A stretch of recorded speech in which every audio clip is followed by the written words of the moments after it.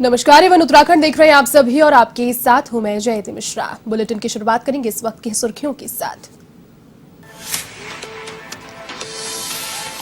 धामी ने 6 दिसंबर को बुलाई मंत्रिमंडल की बैठक। शाम 5 बजे सचिवालय में प्रस्तावित है मीटिंग। मुख्यमंत्री पुष्कर सिंह धामी की अध्यक्षता में बड़े फैसलों पर लग सकती है मुहर।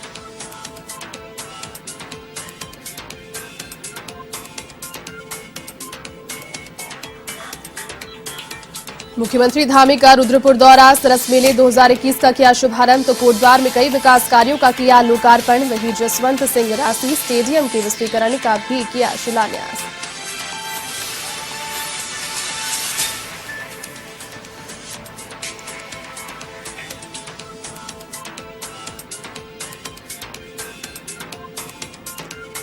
देवस्थानम बोर्ड भंग करने को लेकर कांग्रेस ने जताई खुशी। गणेश गोदियाल और हरीश रावत ने किया कैंप चौपाल का आयोजन। कहा कांग्रेस के दबाव से करना पड़ा बोर्ड भंग।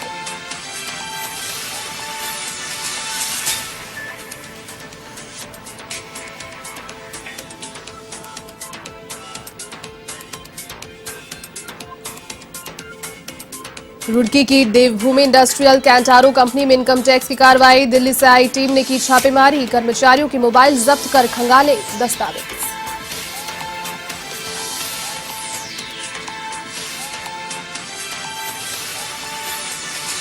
आगामी दिनों में उत्तराखंड में बदल सकता है मौसम का मिजाज। मौसम विज्ञान ने जताई बरसात और बर्फबारी की आशंका। पहाड़ी इलाकों में बर्फबारी के लिए येलो अलर्ट भी किया जारी।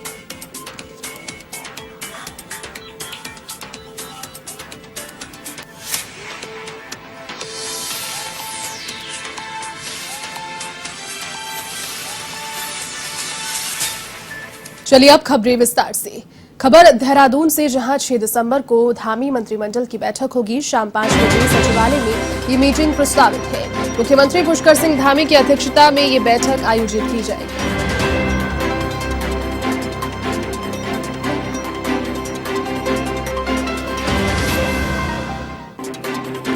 शाम 5 बजे सचिवालय में मीटिंग प्रस्तावित है। मुख्यमंत्री पुष्कर सिंह धामी की अध्यक्षता में ये बैठक होगी।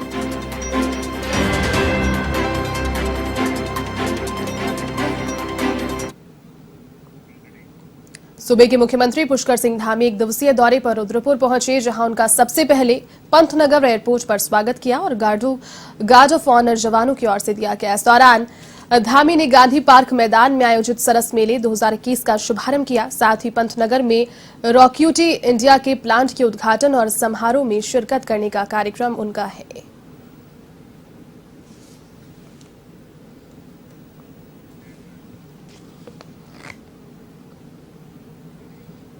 प्रदेश के मुख्यमंत्री पुष्कर सिंह धामी ने कोटद्वार के लोगों को बड़ी सौगातें दी है। यहां उन्होंने कई विकास कार्यों का लोकार्पण किया।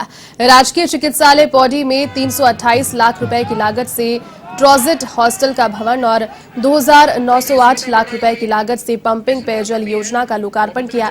इसी के साथ मुख्यमंत्री ने केंद्रीय सड़क निधि के अंतर्गत 740 लाख रुपए की लागत से बुरासी मोटरमार्ग के डामरीकरण के साथ ही 1,161 लाख रुपए की लागत से कई मार्गों के सुधारीकरण का कार्य लोकार्पण किया। उन्होंने महावीर चक्र विजेता शहीद राइफलमैन जसवंत सिंह राशि स्टेडियम के विस्तारीकरण के कार्य का भी शिलान्यास किया।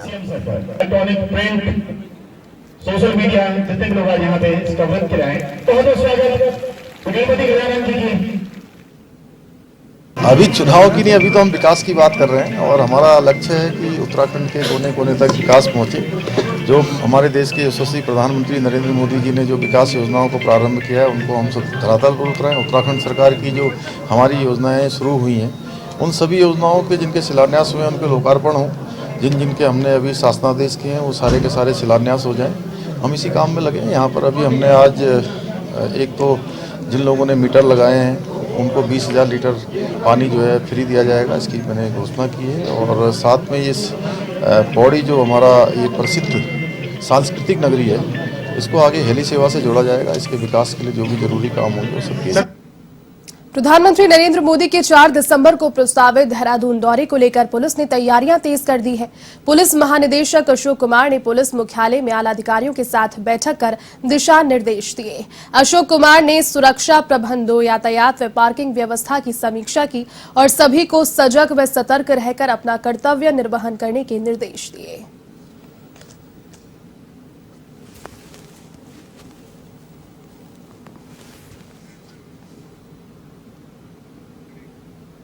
अब खबर ज्वालापुर विधानसभा से, जहां विधायक सुरेश राठौर ने रोड का शुभारंभ किया, जिससे लंबे समय से ध्वस्त पड़ी रोड से लोगों को निजात मिलेगा। उन्होंने बताया कि 64 लाख रुपए की लागत से ये सड़क बनेगी और इस रोड की दूरी लगभग 1 किलोमीटर की रहने वाली है।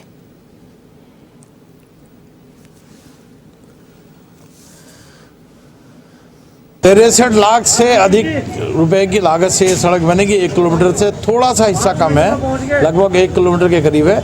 लेकिन आज की सड़क माननीय नरेंद्र मोदी के नाम 4 तारीख को माननीय नरेंद्र मोदी आ रहे हैं, उसकी रैली की तैयारी में हम हैं। उस बीच में हमने सड़क का जो शुभारम्भ किया है माननीय नरेंद्र मोदी को समर्पित किया है। देश के यशस्वी प्रधानमंत्री, उत्तराखंड के यशस्वी मुख्यमंत्री इस उत्तराखंड के विकास में अपना योगदान बराबर दे रहे हैं। हम उनका आभार व्यक्त करते हैं। और आज की जो ये सड़क है, ये भावना मेडिकल स्टोर से लेकर सुशील चौहान जी के फार्म से लेकर आखिर तक जाएगी। लगभग 1 किलोमीटर से 25 मीटर कम है। विधानसभा चुनावों के नजदीक आते ही नेताओं का पार्टी बदलना जोर शोर से शुरू हो जाता है, तो कभी कभी इसको लेकर अफवाहें भी मुख्य खबर के रूप में सामने आती है। हाल ही में कयास लगाया जा रहा था कि कांग्रेस के पूर्व प्रदेश अध्यक्ष किशोर उपाध्याय भाजपा में शामिल होने जा रहे हैं, तो कभी ये कयास लगाया जा रहा है कि हरक सिंह रावत भाजपा से दोबारा कांग्रेस में शामिल होने जा रहे हैं। तो वहीं जब दोनों पार्टियों से हरक सिंह रावत के विषय में बात की गई, तो सभी ने इसे अफवाह बताकर सिरे से खारिज कर दिया।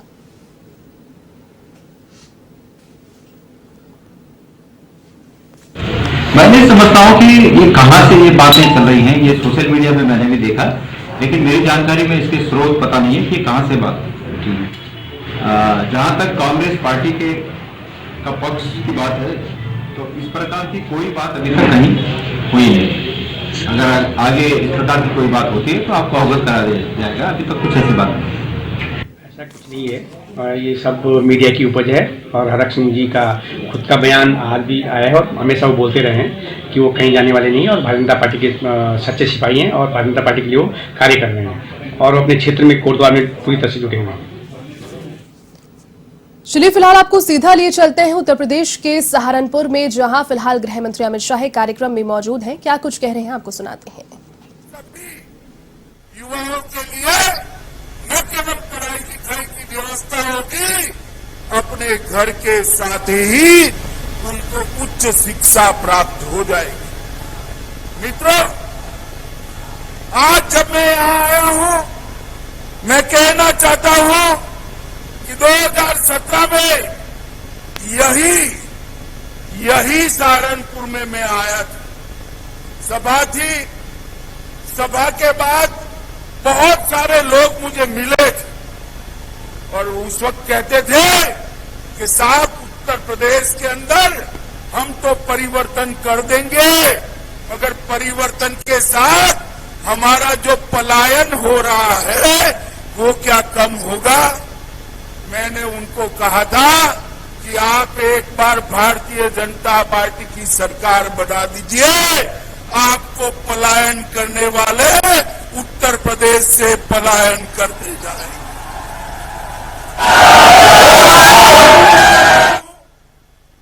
योगी जी को कि पूरे पश्चिमी उत्तर प्रदेश के अंदर गुंडा माफिया और जिस प्रकार के तत्वों का शासन था, उससे पश्चिमी उत्तर प्रदेश को मुक्त कराकर पश्चिमी उत्तर प्रदेश का सम्मान लौटाने का काम श्री योगी आदित्यनाथ ने किया। एक समय था यहां न केवल दंगे होते थे, हमारी बहन बेटियों को, बच्चों को पढ़ाने के लिए बाहर के राज्यों में भेजना पड़ता था, क्योंकि यहां सुरक्षा नहीं थी। उनका सम्मान यहां पर संभाला नहीं जाता था, उनको अपमानित किया जाता था। आज पश्चिमी उत्तर प्रदेश को किसी भी माँ बेटी। कांग्रेस के राष्ट्रीय महासचिव और उत्तर प्रदेश प्रभारी प्रियंका गांधी वाड्रा आज मुरादाबाद में प्रतिज्ञा रैली को संबोधित करने वाली हैं और यूपी चुनाव के रण में हुंकार भी भरेगी। फिलहाल मंच पर आसीन है प्रियंका गांधी वाड्रा, आपको नजर आ रही हैं। साथ ही उनके पंजाब के मुख्यमंत्री चरण सिंह चन्नी के भी पहुंचने का कार्यक्रम बताया जा रहा है। छत्तीसगढ़ के मुख्यमंत्री भूपेश बघेल भी इस रैली में मौजूद है। कांग्रेस की मुरादाबाद में ये प्रतिज्ञा रैली कि जब जनता के बुनियादी सवाल थे तो कहा था, मुख्यमंत्री कहते हैं अपराधी या तो जेल में है, नहीं तो उत्तर प्रदेश छोड़ के भाग गया है, और जो अपराध करेगा उसका राम नाम सत्य है। भैया जरा बताइए, इसमें 16 फिल्म कितने लोगों ने देखा है? सबने देखा है। एक उसमें जेलर हुआ करता है असरानी। असरानी कहता है क्या, आधे इधर आओ, आधे उधर जाओ, बाकी सब मेरे पीछे आओ। वही हाल इस उत्तर प्रदेश में मुख्यमंत्री योगी आदित्यनाथ का है मेरे मित्रों, यही हाल है उत्तर प्रदेश में मुख्यमंत्री का। मुरादाबाद ब्रास इंडस्ट्रीज का क्षेत्र है, यहाँ का पीतल उद्योग का व्यापारी कर्जे में डूबा है, परेशान है, बुनकर परेशान है, आपसे उम्मीद लगाए बैठा है। इसलिए हम कहना चाहते हैं कि आज हम सब लोगों को संकल्प लेना है और उत्तर प्रदेश में कांग्रेस की सरकार बनानी है। जरा जो सरकार बनानी है तो हाथ उठाकर समर्थन कर दीजिए, हाथ उठाकर समर्थन करिए। क्या आप सरकार बनाने के लिए तैयार है? बहुत बहुत धन्यवाद। जय हिंद, जय भारत, जय कांग्रेस।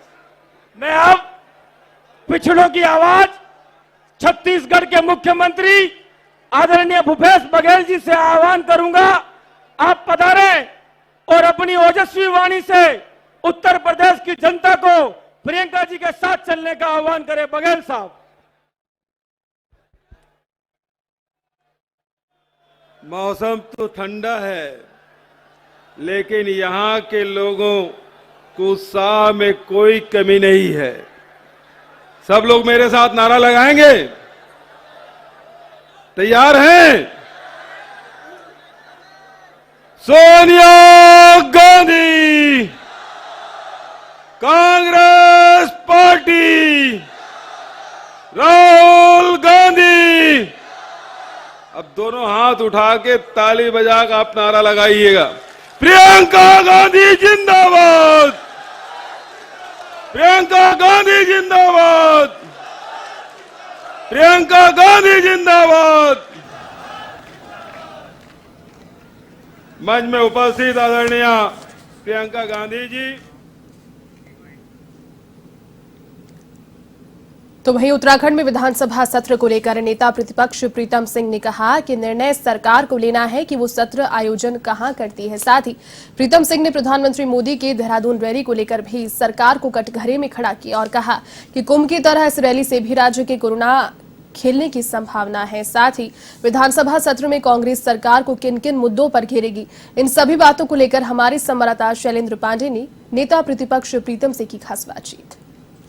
अभी हमारे साथ मौजूद हैं कांग्रेस के वरिष्ठ नेता और नेता प्रतिपक्ष प्रीतम सिंह जी।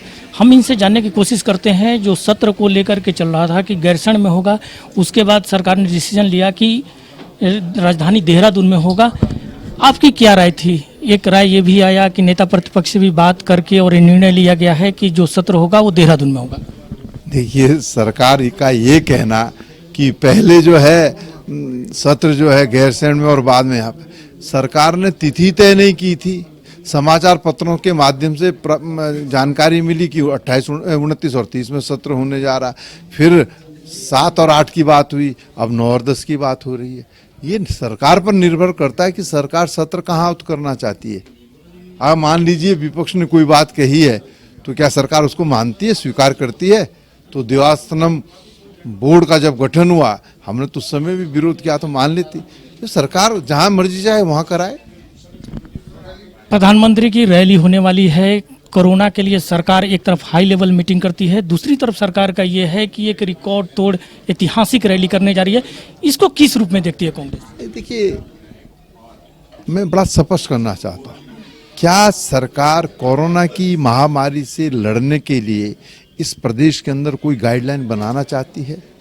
और अगर गाइडलाइन बनाना चाहती है या गाइडलाइन बनाने पर विचार कर रही है, तो वो गाइडलाइन सब पर इम्पोज होनी चाहिए। ऐसा ना हो कि जिस तरीके से कुंभ में हुआ, आपने कोविड-19 की जो गाइडलाइन थी उसकी अवहेलना करके कुंभ में जिस तरीके से लोगों का हजूम आया और उसमें जो फर्जी कोरोना टेस्टिंग हुई, उससे पूरे देश और दुनिया में कोरोना फैला है।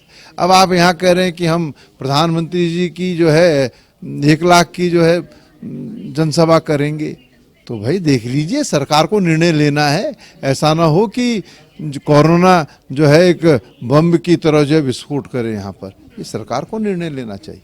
सत्र होने वाला है, विपक्ष के क्या मुद्दे रहेंगे सरकार को घेरने के लिए? देखिए, जहाँ तक मुद्दों का जिक्र आपने किया, कोई कमी नहीं है।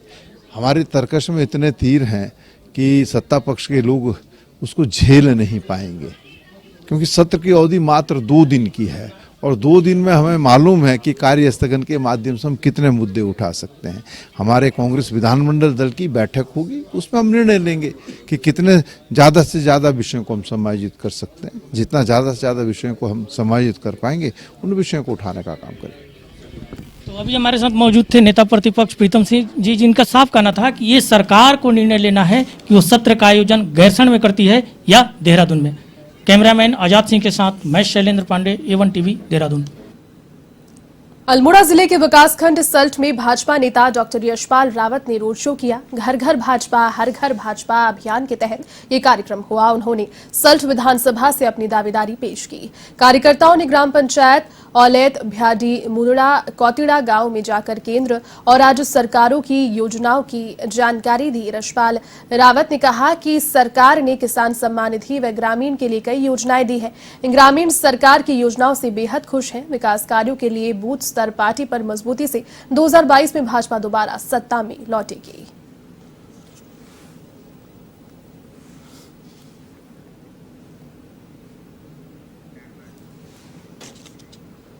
अब खबर उत्तराखंड के कोटद्वार से, जहां भेड़गांव में एक 75 वर्षीय बुजुर्ग महिला पर गुलदार ने हमला कर दिया, जिससे महिला की मौत हो गई। क्षेत्र में गुलदार के मूवमेंट से लोगों में दहशत भी व्याप्त है। ग्रामीणों के अनुसार बुजुर्ग महिला जुआ गांव से पैदल अपने पोते को देखने कोटद्वार के लिए निकली थी, लेकिन बीच रास्ते में गुलदार ने उस पर हमला कर दिया। इसी बीच काफी खोजबीन के बाद गांव की सड़क से दूर झाड़ियों के बीच महिला का शव मिला। महिला की शिनाख्त जयंती देवी के रूप में हुई है।